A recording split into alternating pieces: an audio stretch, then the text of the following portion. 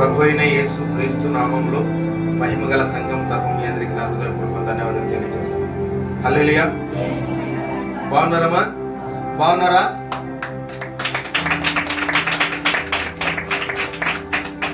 చప్పట్లు కొడుతూ ఉన్నప్పటికే తెలిసిపోతుంది ఆనందంగా ఉన్నారా. హల్లెలూయా. చాలా సంతోషం.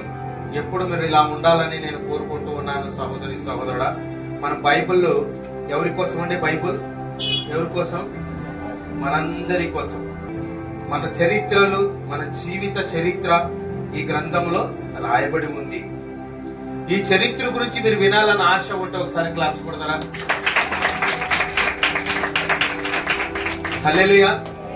ఈ గ్రంథంలో ఉన్న మాటలని వింటే నీ జీవితం మారుతుంది. ఏం మారుతుంది?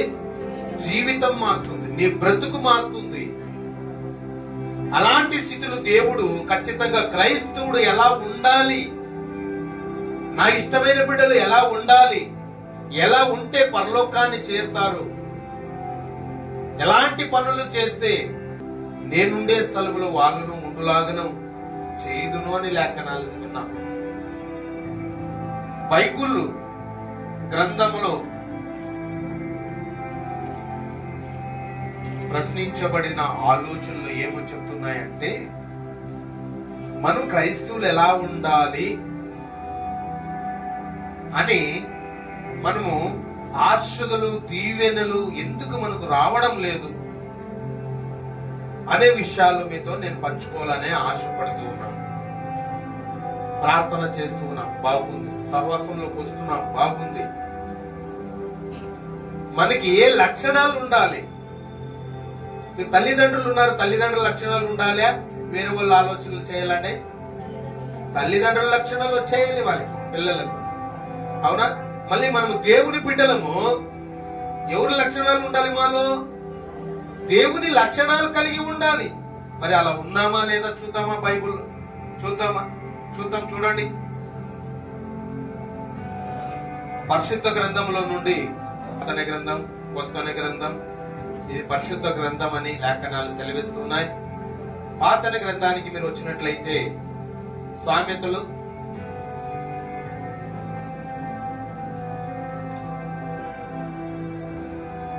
15వ అధ్యాయం 26వ వచనం. దురాలోచనలు యెహోవాకు వ్యయములు. హల్లెలూయా. ఏమున్నాయి క్రైస్తవులో? ఏముండాలి? ప్రేమ ఉండాలి. ఏముండాలి? ప్రేమ, సంతోషము, సమాధానము, దీర్ఘశాంతము, దయాళత్వము, మంచితనము, విశ్వాసము, స్వాతికము, ఆశ. ఎన్నున్నాయి ఇవి? 9 లక్షణాలు కలిగి ఉన్నారా లేదా పరిశీలిస్తున్నాడు దేవుడు. మిమ్మల్ని అందరినీ కూడా దేవుడు చెక్ చేస్తూ ఉన్నాడు. మరి మీరు అలా ఉన్నారా లేదా? ఈ ఉదయ సమయంలో సూటిగా దేవుడు మాట్లాడుతున్నాడు. ఎందుకంటే నీవు పరలోకాన్ని చేరాలంటే, ఆయన ఉన్నత స్థాయి చూడాలంటే నీవు ఎలాంటి స్థితిలో నీవు ఉన్నావు, ఎలాంటి స్థితిలో నీవు ఉంటే దేవుడు పరలోకాన్ని ఇస్తాడు అనే విషయాన్ని బట్టి మీతో మాట్లాడుతున్నాను. జాగ్రత్తగా వినాలి. అర్థమవుతుందా? చదువు మరొకసారి. మాట, దురాలోచనలు యెహోవాకు వ్యయములు. ఏముండాలి నీకు? ఏమున్నాయంట? దురాలోచనలు ఉన్నాయి, దుష్టు బుద్ధులున్నాయి, అహంకారం ఉంది, పొగురు ఉంది, చెడ్డ తలంపు ఉంది, చెడ్డ మనసు ఉంది. బయట ఒక రకంగా మాట్లాడతావు, లోపల ఒక రకంగా ఉంచుకొని ఉంటావు. ఇవన్నీ ఏమైపోతాయి? దేవుని దృష్టికి వ్యయములు.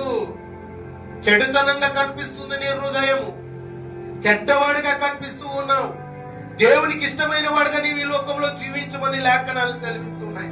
ఓ క్రైస్తవుడా, ఓ క్రైస్తవురాలా, దేవునికి ఇష్టమైన బిడ్డగా, ఇల్లంతటిలో నమ్మకమైన వాడుగా నీవు ఉండాలని ఆశ ఇచ్చాడు. నీకు ఆశ పొడిగించాడు, నీకు పిల్లల్ని ఇచ్చాడు, నీకు భార్యని ఇచ్చాడు, నీకు ఏది కావాలో సమృద్ధిగా నీ లోకంలో ఉంచాడు. నీవేం చేస్తున్నావు? ఎలాంటి ఆలోచన కలిగి ఉన్నావు?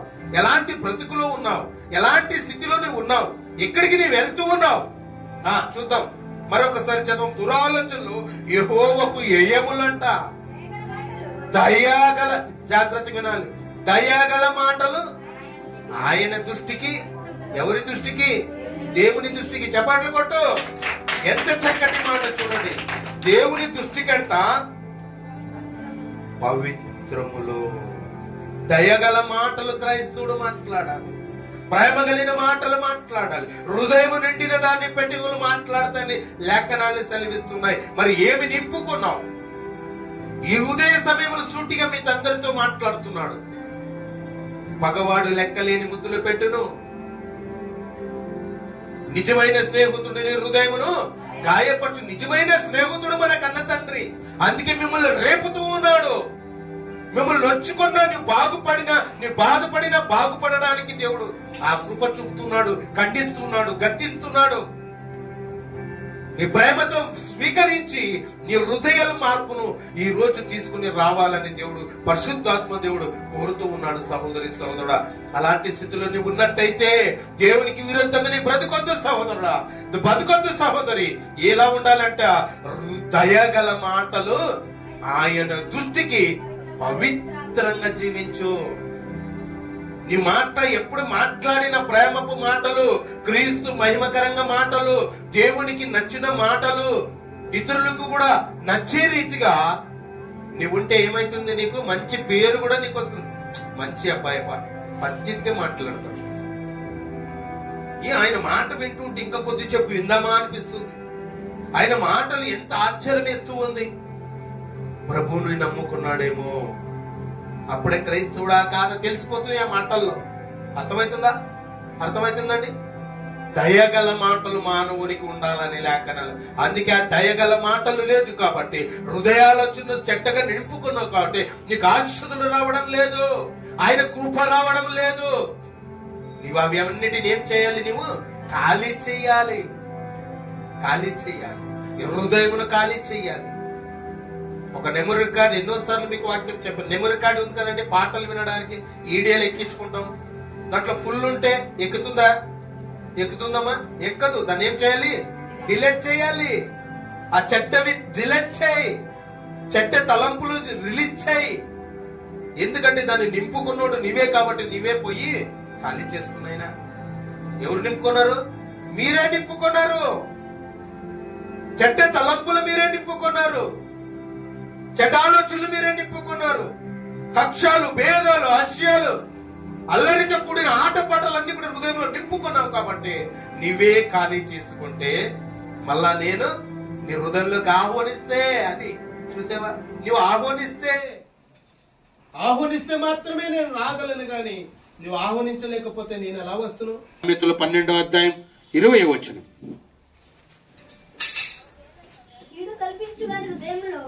కీడు కల్పించే హృదయములో మోసము కలదు, సమాధాన పరచుటకై ఆలోచన చెప్పేవారు సంతోషపరుతులగుదురు. చప్పట్లు కొడదాం తేని కాగా. హల్లెలూయా, హల్లెలూయా. మరొకసారి చదువు. కీడు కల్పించువారు హృదయములో మోసము కలదు.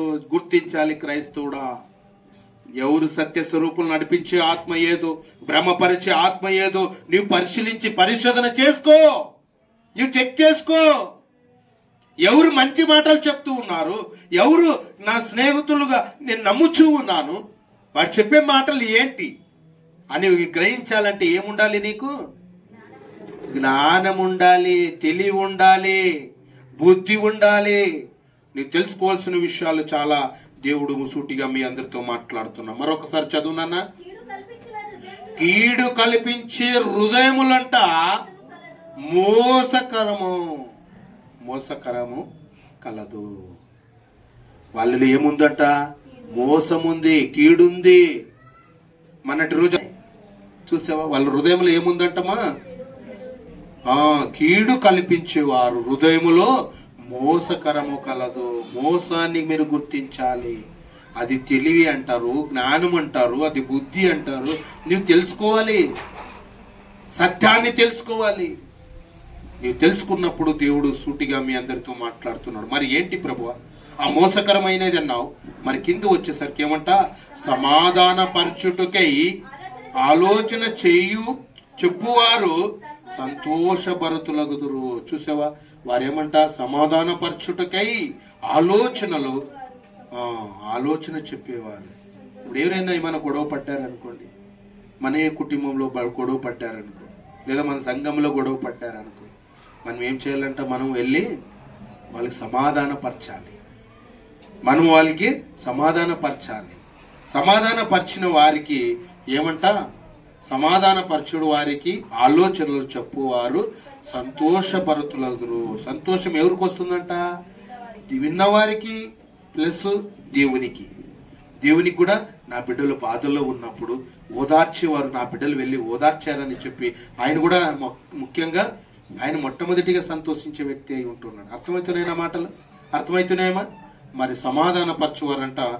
చూడండి, సమాధానపరచువారి కంటే ఆలోచనలు చెప్పేవారు సంతోషపరుతులవుదురు. రెండవ మాటల్లోకి మనం వెళ్ళాం. మూడో మాటను మీకు పరిచయం చేస్తున్నాను. అక్కడ 12-15 చూడండి. 15వ వచనం, 12-15. మూడుని మార్గము వాని దృష్టికి సరైనది, జ్ఞానము గలవాడు ఆలోచన అంగీకరించును. హల్లెలూయా, హల్లెలూయా. చూసావా ఏమంటే ఇక్కడ? ఇంకొక మాట చదవమా మరొకసారి. మూర్ఖుని మార్గము వాని దృష్టికి సరైనదే. వాడు మూర్ఖునికి జ్ఞానము అందదు కాబట్టి వాడు సెర్చ్ చేసుకుంటాడు. ఇదే నాకు గొప్ప, ఇదే నాకు కరెక్టు, నాది కరెక్ట్, నేను మాట్లాడేదే కరెక్టు, నేను చేసేదే కరెక్టు, నేను చెప్పేదే కరెక్టు అనుకుంటాడంట. ఎవరు? మూర్ఖుడు. మూర్ఖుడు అలాంటి స్థితిలో ఉన్నాడంట. మరి జ్ఞానము గలవాడు చూద్దాం కింద వచనంలో. జ్ఞానము గలవాడు ఆలోచనను అంగీకరించును. జ్ఞానమును అంగీకరించేవాడే ఉంటాడు గాని మూర్ఖుడు లాగా ప్రవర్తించకూడదు. మరి మీరు క్రైస్తవులు ఇన్ని సంవత్సరాలు వాక్యం విన్నారు, మరి క్రైస్తవులుగా మీరు ఉన్నారు, మీరు పిలువబడుతూ ఉన్నారు, దేవునికి ఇష్టమైన బిడ్డలుగా ఉండాలి అనుకుంటున్నారు. మరి మీరు ఎలా ఉన్నారు? మీరు ఎలా ఉన్నారు? అపోస్తులైన పౌలు గారు చెక్ చేసుకున్నారు. అరే మనం ఎలా చెప్పేది అనుకుంటున్నారా మీరు? ఆయన పెద్ద ఆయన, అపోస్తులైన బోధకులు బోధించే బోధకుడే ఆయన, పెద్ద ఆయనే, అపోస్తులైన పౌలు గారే. నేను మనసులు సంతోష పెడుతున్నానా? క్రీస్తుని సంతోష పెడుతున్నా? ఆయన చెక్ చేసుకున్నాడు. మరి మీరెంత? ఆయన ముందు మీరెంత? మరి మీరును చెక్ చేసుకుంటే మీ జీవితము మీకు కనిపిస్తుంది, మీ బ్రతుకు కనిపిస్తుంది. అప్పుడు మీకు చెడ్డ తలంపులు ఏంటివి, మంచి తలంపులు ఏంటివి, మంచి మాటలు మన హృదయంలో ఉండాలి. ఆయనకి ఇష్టమైన పని నేను చేయాలంటే ఖచ్చితంగా నీవు అవి పాటించే వ్యక్తులుగా ఉండాలని దేవుడు కోరుతూ ఉన్నాడు. ఎంత చక్కటి మాట. జ్ఞానము గలవాడు ఆలోచనలో అంగీకరించును. చూసావా, జ్ఞానవంతుడంట ఆపద వచ్చుట చూచి దాగునంట. మూర్ఖుడు చూసావా, మూర్ఖునికి ఉండే లక్షణాలు వేరు, జ్ఞానవంతునికి ఉండే లక్షణాలు వేరు. మరి ఏ దాంట్లో ఉన్నావు నీవు? మూర్ఖునిలో ఉన్నావా, లేదా జ్ఞానవంతురాలుగా ఉన్నావా, జ్ఞానవంతుడుగా ఉన్నావా? ఈ రోజు దేవుడు నిన్ను చెక్ చేస్తూ ఉన్నాడు. నువ్వు సూటిగా దేవుడు మాట్లాడుతూ ఏదో విన్నాను, ఏదో చెప్పారు అనుకోకూడదు. నీ జీవితం మారాలంటే ఆ మాట నీ హృదయంలో ఉందా లేదా చూసుకో. అది నెమరివేయి, దాన్ని సర్చ్ చేసుకో. దిద్దుబాటు నీకు అసహ్యంగా ఉందా? అసహ్యంగా ఉందా?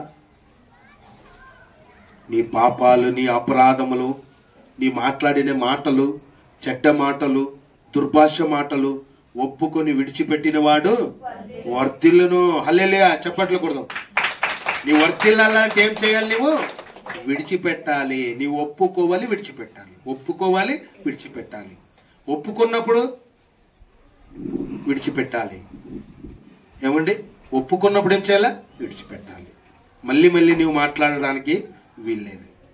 అర్థమవుతుంది ఆయన మాటలు. మరొక మాట, 4వ మాటల్లోకి మనం అడుగు పెడదాం. కీర్తనలకు రండి.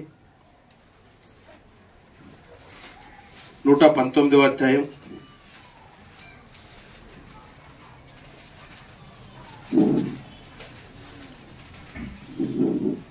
118వ వచనంలో ఒక మాట కనిపిస్తుంది చూడమా.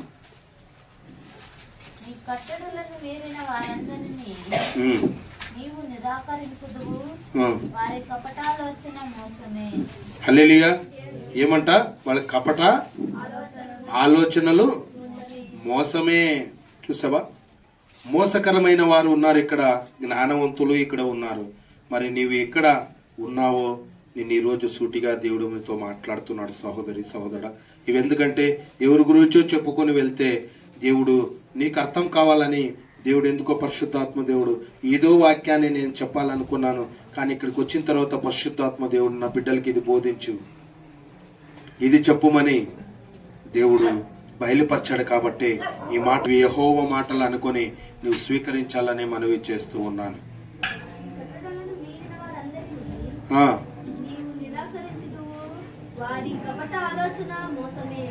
ఆ కపట ఆలోచనలు ఏమైందంట?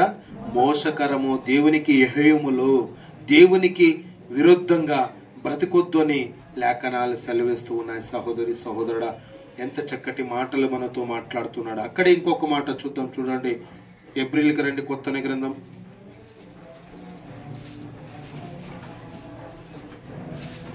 3వ అధ్యాయం 10వ వచనం. కావున నేను ఆ తరము వారి వలన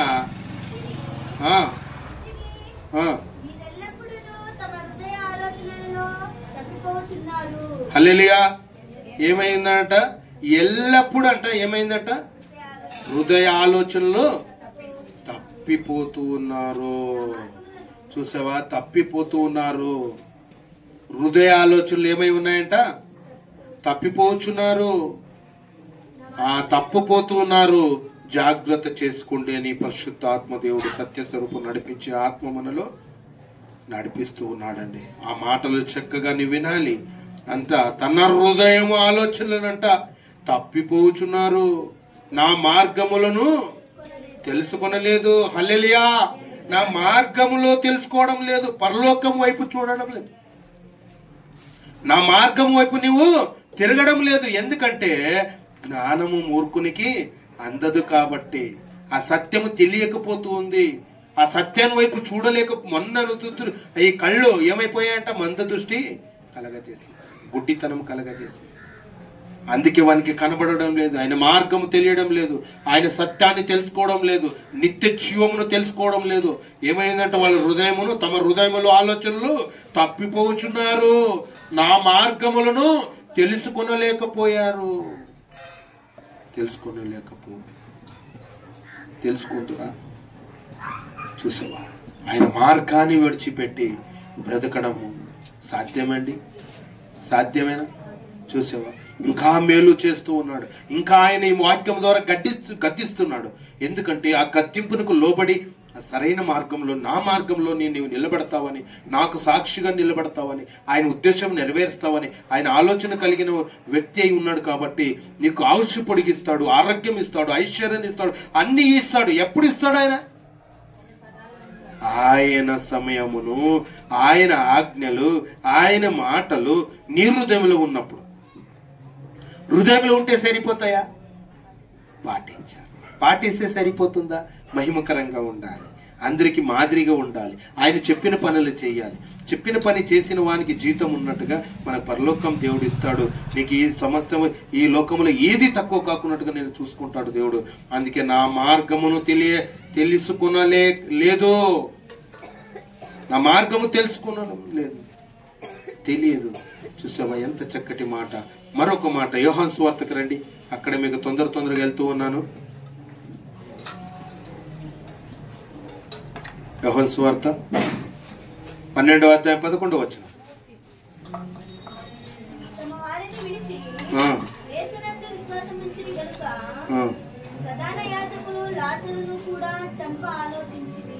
హల్లెలూయా. ఏం ఆలోచించారంట వాళ్ళు? లాజర్ను కూడా చంపాలని. ఆ చంపాలని ఆలోచన మంచిది అంటారా? ఎవరు చంపాలనుకున్నారు అక్కడ? ఎవరిని చంపాలమ్మా? లాజరును ఎవరు చంపాలనుకున్నారు? ప్రధాన యాజకులు చంపాలనుకున్నారు. అది మంచి ఆలోచనేనా? చెడ్డ ఆలోచననా? చెడ్డ ఆలోచన. చూసావా? అక్కడ యేసుక్రీస్తు ప్రభు యేసునందు విశ్వాసం ఉంచిరి గనక 10వ వచనం చదవమా. అతనిని బట్టి యూదులను అనేకులను తమ వారి విడిచి యేసునందు విశ్వాసం ఉంచిరి. ఏముంచారంట?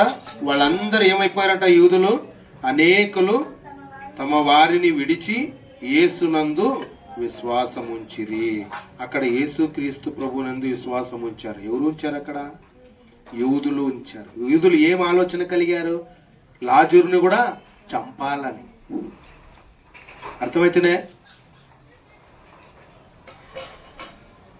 ఆ చెడ్డ ఆలోచనలు క్రైస్తవుల్లో ఉండకూడదు అని ఈ మాటలు మీకు గుర్తు చేస్తూ ఉన్నానండి.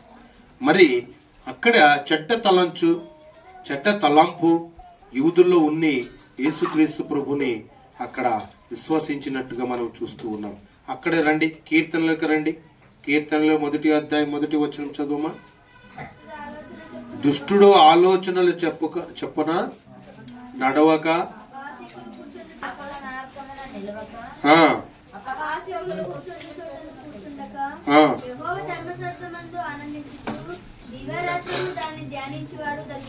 హల్లెలూయా. ఏమంటున్నాడు మరొకసారి? దుష్టులు ఆలోచన చెప్పును నడవక, పాపుల మార్గములో నిలవక, అపవాసులు కూర్చుండు చోట కూర్చుండక ఏం చేయమన్నాడు? యెహోవా ధర్మశాస్త్రం యందు ఆనందించుచు దివ్యరాత్రము దానిని ధ్యానించువాడు ధన్యుడు. హల్లెలూయా. చూసావా క్రైస్తవుడు ఎలాంటి స్థితిలో ఉన్నాడు? ఎవరు సహవాసం చేయాలి, ఎవరు సహవాసం చేయకూడదు, ఎలాంటి మనసు కలిగి ఉండాలి, ఎలాంటి మనసు కలిగి ఆ దేవునికి ఇష్టమైన పని ఏంటి అనే విషయాలు కూడా మీరందరూ విన్నారు. అవునా? ఇప్పుడేమంటారు? దుష్టుల ఆలోచన చెప్పున నడవక అంటే వాళ్ళ సహవాసం నీవు చేయవద్దు, వాళ్ళ నడవడిలో నడవద్దు, వాళ్ళు ఎక్కడికి పిలిచిన నీవు వెళ్ళొద్దు.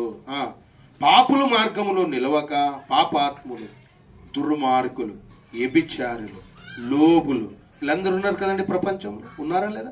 వాళ్ళని నీవు గ్రహించే బుద్ధి జ్ఞానము నీకు ఉన్నట్టయితే వాళ్ళ సహవాసంలో నీవు ఉండకూడదు. లేదా వాళ్ళ సహవాసం చేసావా, నీవు అంత శక్తి కలిగిన వ్యక్తివా, వాళ్ళందరినీ మార్చే ప్రయత్నం నీవు చేసే వ్యక్తిగా ఉండాలి. నీవు వాళ్ళలో కలిసి నీవు మంచి నడవడిని చెడుపును. చూసావా? మంచి ఏమైపోతుంది? చెడు స్నేహం చేస్తే చెడ్డవాడైపోతావు.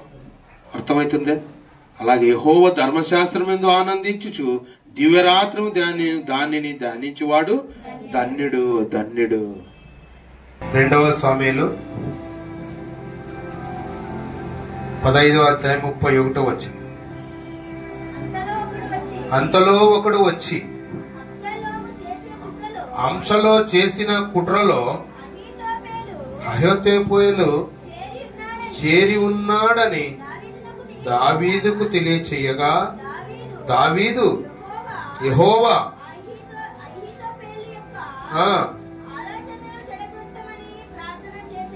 హల్లెలూయా. ఎవరికి తెలిసింది ఇక్కడ? ఎవరు సహవాసం చేశాడు ఆయన?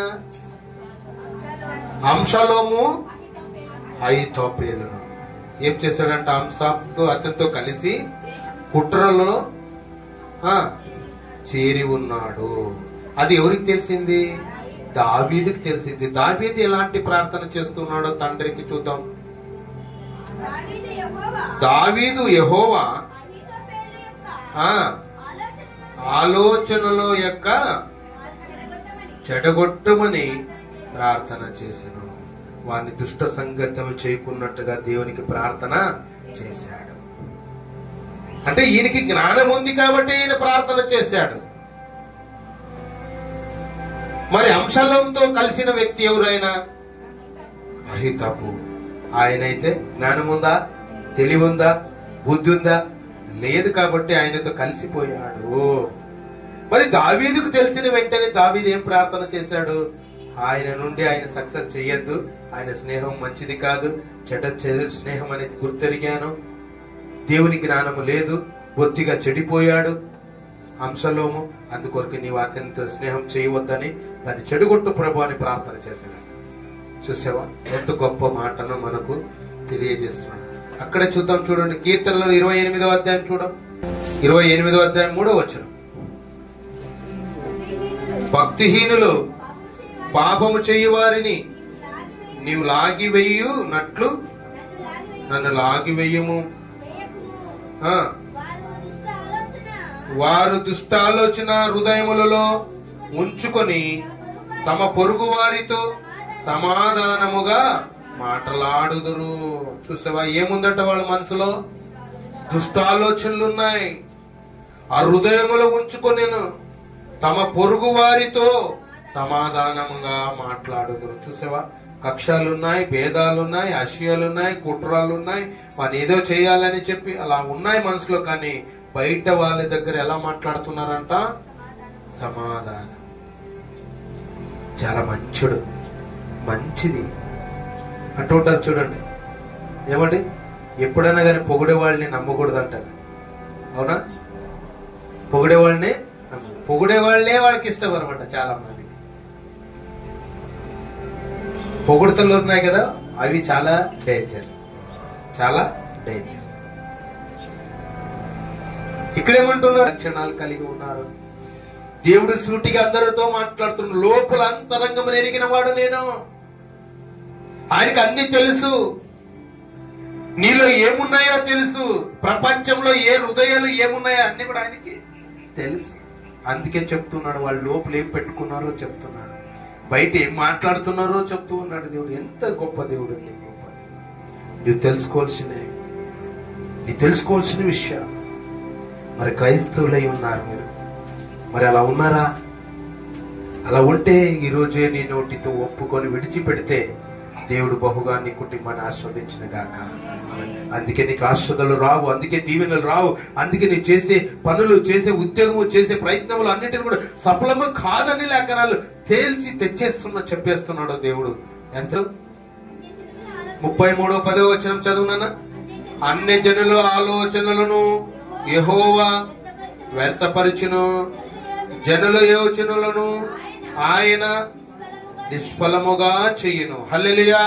ఏం చేస్తాడంట దేవుడు? అన్ని జనులలో ఆలోచనలను యెహోవా వ్యర్థపరచును. చూసావా, అలాంటి హృదయం కలిగిన వారిని వ్యర్థపరుస్తాడు, ఉమ్మి వేస్తాడు, చీల్చి వేస్తాడు. నాటకాలు చేయవద్దండి దేవుడి దగ్గర. అలాంటి వారు చీల్చి వేస్తానంటాడు దేవుడు. ఒక్క క్షణములోనే పాతాళంకు దిగిపోవుదురు. భ్రష్ట మనసుకు నిన్ను అప్పగించేస్తాను. నీకు ఇంకా అవకాశం ఇస్తున్నాను. మారు మారు మారు. మారాలి మారాలి, నీ మనసే మారాలి. ఆ మారిన మనసు దేవునికి ఇస్తే ఫలితం ఉంటుంది. ఆ మారిన మనసు దేవునికి ఇస్తే ఫలితం ఉంటుంది. మారామంటూ మారామంటూ వేషం వేస్తారు, మారామంటూ మారామంటూ వేషం వేస్తారు. ఆ వేషం అంత మోసాగిస్తారు, మోసాగిస్తారు. కనుక మారాలి మారాలి, నీ మనసే మారాలి. ఆ మారిన మనసు దేవునికి ఇస్తే ఫలితం ఉంటుంది. ఆ మారిన మనసు దేవునికి ఇస్తే ఫలితం ఉంటుంది. హల్లెలూయా. ఎంత చక్కగా మాటలు. మారిన మనసు ఎవరికి ఇవ్వాలి? దేవునికి ఇవ్వాలి. ఎవరికి ఇవ్వాలి? దేవునికి ఇవ్వాలి. దేవునికి ఇస్తే నీకు ఫలితం ఉంటుంది. ఫలితం పొందుకోవాలని అందుకే ఆశ్రదలు రాకున్నట్టుగా ఆగిపోయాయి. అందుకే ఆయన ఫలితాన్ని ఇవ్వలేని పరిస్థితిలో ఉన్నారు. ఎందుకంటే మన దురాలోచనలు, ఆలోచన లోపల ఒకటి బయట ఒకటి నాటకాలు చేస్తూ ఉన్నాం కాబట్టి అందుకే ఆయన కూడా మమ్మల్ని ఆస్వాదించడం లేదు. అందుకే ఖచ్చితంగా నీవు ఆస్వాదించబడాలంటే, నీకు ఏది కొదువ లేకుండా ఎట్టిలో సమృద్ధిగా నీవు ఉండాలంటే ఏం కలిగి ఉండాలి? హృదయము శుద్ధి మరిచుకోవాలి. శుద్ధ హృదయం కలుగజేయుము, శుద్ధ హృదయం కలుగజేయుము. నాలోనా నాలోనా నాలోనా నాలోనా శుద్ధ హృదయం కలుగజేయుము, శుద్ధ హృదయం కలుగజేయుము. ఏం కావాలి? శుద్ధ హృదయము కావాలి. పవిత్రాత్మ హృదయంలోనికి రావాలి. ఆయన శక్తిని హృదయంలోకి రావాలి. పరిశుద్ధాత్మ వరాలని హృదయంలో ఉంచుకోవాలి. భద్రపరచుకోవాలంటే ఏమి ఉండాలి? ఇక్కడ ఖాళీ ఉండాలి. భోజనము బిర్యానీ పెట్టారు. బాగా తిన్నాడు. మరి తింటావా? లేదు సార్, ఇప్పుడే బిర్యానీ, సండే కదా సార్, బిర్యానీ తిన్నాను సార్. లేదు నాన్న తిన్నా. లేదు సార్, నాకు ఏముంది లోపల? ఫుల్గా ఉంది సార్. మళ్ళీ ఏం చేయాలి? నువ్వు బయట ఖాళీ చేయాలి. ఖాళీ చేస్తే మాత్రమే నీ హృదయంలోకి మళ్ళీ తినడానికి వస్తుంది. అలాగే దేవుని నీవు ఆహ్వానించినప్పుడు నీలో ఉండేవన్నిటిని కూడా బయటికి వదలాలి. నీ కలమెస, దురాలోచన, దుర్బుద్ధులు అన్నిటిని యేసు నామములో బయటికి వదిలిపెట్టాలి. నీ నోటితో ఒప్పుకొని విడిచిపెట్టినప్పుడే ఆయన పరిశుద్ధం. నీ ఆత్మ, నీ దేహము దేవుని ఆలయం అని నీవు ఎరగవా? నీకు తెలియదా? మరి నా ఆలయములో వేరే వేరేవి ఉంటే నేను ఎలా వస్తున్నా? నీకు ఎలా వస్తున్నా? నీ హృదయంలోకి రావాలంటే నీవు ఖాళీ చేయనైనా. నీవు నివాసం ఉండాలనుకుంటున్నావు. ఇది దేవాలయముగా, నా దేవాలయముగా నిన్ను వాడుకుంటూ ఉంటే నీవేరేరో దేవతలు తీసుకుని వచ్చి లోపల పెట్టుకున్నావు. ఏవేవో నీవు లోపల పెట్టుకొని ఫుల్ చేసేసుకున్నావు. నీ హృదయంలో ఖాళీ చేసి నీ హృదయంలోకి నేను వస్తాను. అప్పుడు వచ్చినప్పుడు చక్కటి మాటలు, ప్రేమ మాటలు, హృదయం నిండిన దాన్ని బట్టి పెదవులు మాట్లాడతాయి. అప్పుడు దేవుని ప్రేమ నీలో ఉన్నట్టుగా దేవుడు చక్కటి మాట మనకు తెలియజేస్తూ ఉన్నాడు. చాలా అమూల్యమైన మాటలు మనం వింటూ ఉన్నాం. మరి నేను ఒక వాక్యాన్ని, వేరే వాక్యాన్ని నేను తీశానండి, కానీ పరిశుద్ధాత్మ దేవుడు ఒప్పుకోలేదు. పరిశుద్ధాత్మ దేవుడు ఒప్పుకోలేదు. వద్దు, ఇది నా బిడ్డలకు తెలియచేయి, నా బిడ్డలకు తెలియచేయి. నా బిడ్డలు వినాలి, మనసు మారాలి, ఆ హృదయంలో ఉండేవన్నిటిని ఖాళీ చేయాలి. ఆశ్రదులు లేక, దీవెన లేక, కృప లేక ఇబ్బందులు పడుతున్నారు, కన్నీరు కారుస్తున్నారు, కష్టాలు పడుతున్నారు, ఆరోగ్యం లేక కుసించిపోతున్నారు. అన్నిటిని కూడా వేరు వేరే ఏవేవో హృదయంలో ఉంచుకున్నారు. కాబట్టి నాకు ప్రేమ లేదు, ఆయన చోటు లేదు, ఆయన హృదయంలో నేను లేను, కాబట్టి ఆయనకి అవన్నీ కష్టాలు వస్తాయి. నేను వస్తూ ఉన్నాను, నా బిడ్డలకు తెలియచేయి. నేను వస్తూ ఉన్నాను, వాళ్ళ హృదయంలో, అందరి హృదయంలో నేను ఉంటా, అన్ని కుటుంబంలో నేను ఉంటాను. ప్రతి ఒక్కటి ఏది తక్కువ కాకుండా నేను చూసుకుంటాను. నా బిడ్డలకు నేను సమృద్ధిగా నేను అయిపోతూ ఉన్నాను. ఆ బిడ్డలు హృదయం ఖాళీ చేయి, మొట్టమొదటి ఖాళీ చేయి. ఖాళీ చేస్తే దేవుడు రహస్యమైన నిధులు నీకు విడుదల చేస్తాడు. రహస్యమైన నిధులు దాచి ఉంచాడు దేవుడు, నా బిడ్డలకి ఇవ్వాలని, నా కుమారులకి ఇవ్వాలని. అది నువ్వు పొందుకునే వ్యక్తివి అయి ఉండాలంటే నీ హృదయం ఖాళీ చేస్తే అప్పుడు నీ ఆశ్రదులు, దీవెలు, కుప్పతెప్పలుగా విడుదల చేస్తాడు.